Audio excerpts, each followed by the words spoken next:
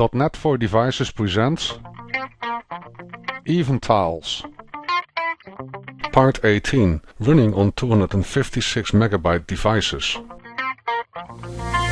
Hello, today we're going to talk about how to run EvenTiles on 256 megabyte devices, and in order to do that you need to install the Windows Phone 7.1.1 SDK update, and then you get two different emulators, and I have them both running right now. On the left hand side is a 512 megabyte emulator, on the right hand side a 256 megabyte emulator, and both are running the same application, and I want to make use of that little text that you can see right now in the settings screen and display that on the back side of a secondary tile, and we can nicely distinguish between 512 and 256. So I'm just going to add those tiles right now to the start screen, those secondary tiles, and we're just going to wait and see what's happening on the back side.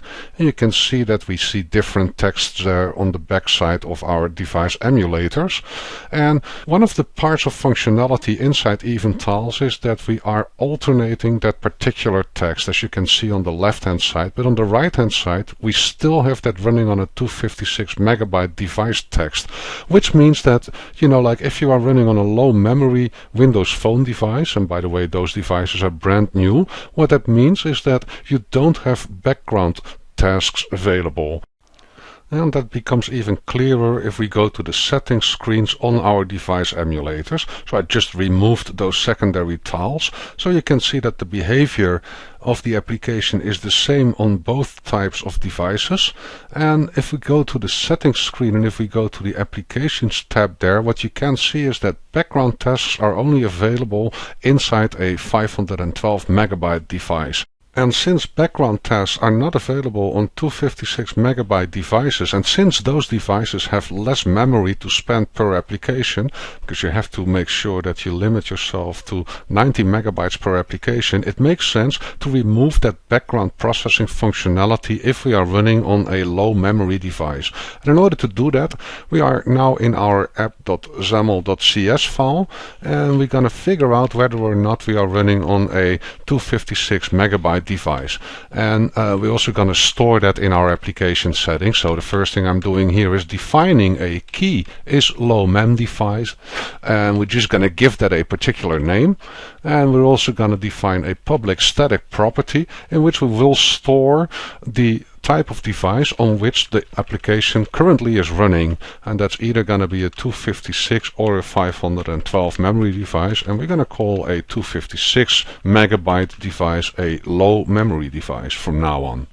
And once the application is launching, what we want to do is make sure that we figure out on which type of device we are running.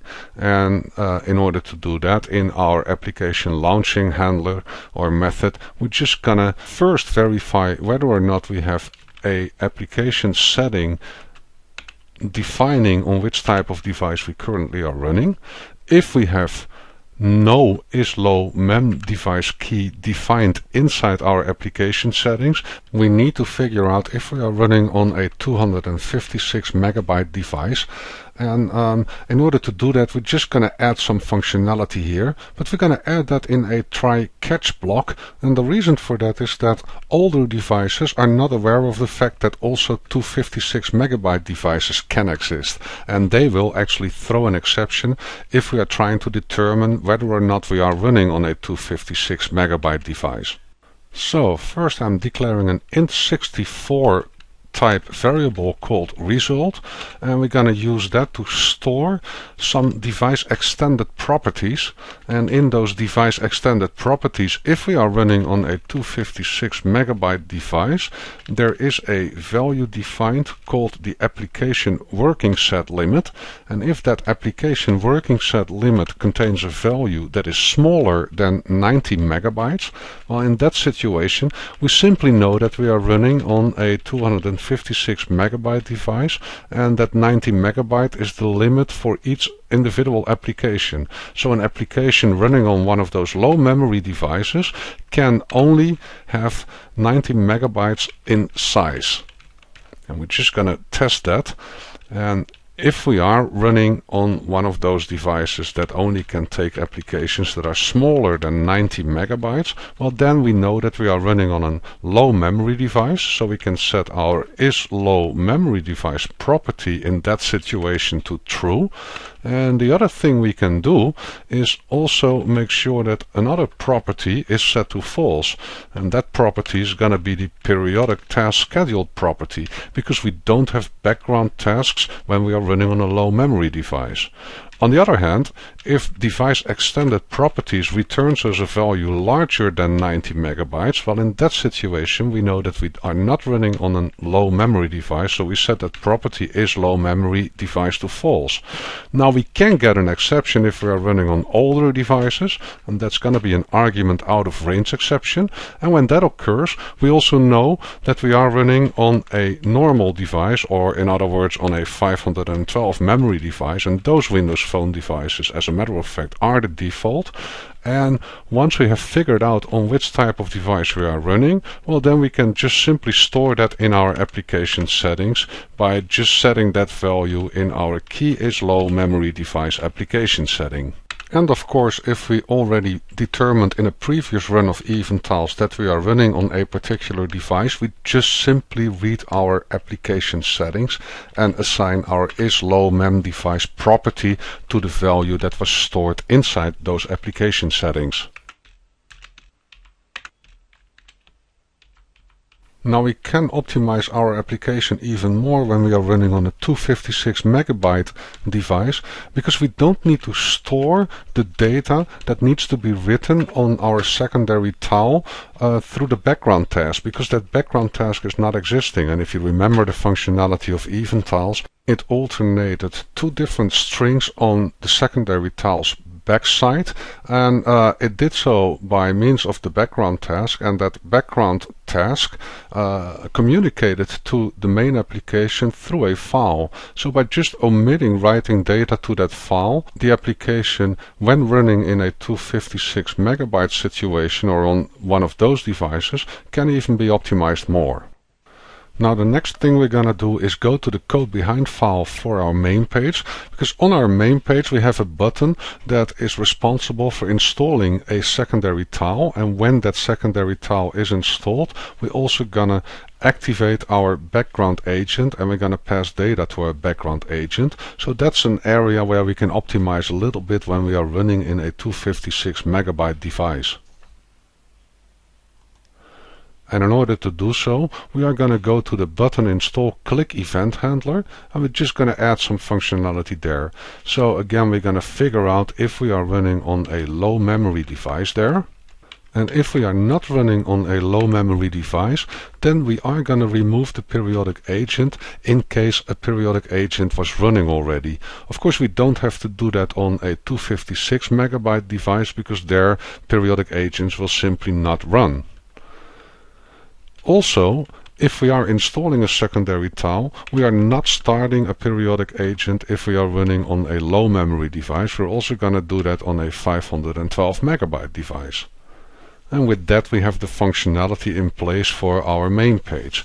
And then there's one more location where we can actually optimize our data, and that's in our settings page, where we are defining the text that needs to be written on the secondary tile's backside, and that on a 512 megabyte device alternates with some default text.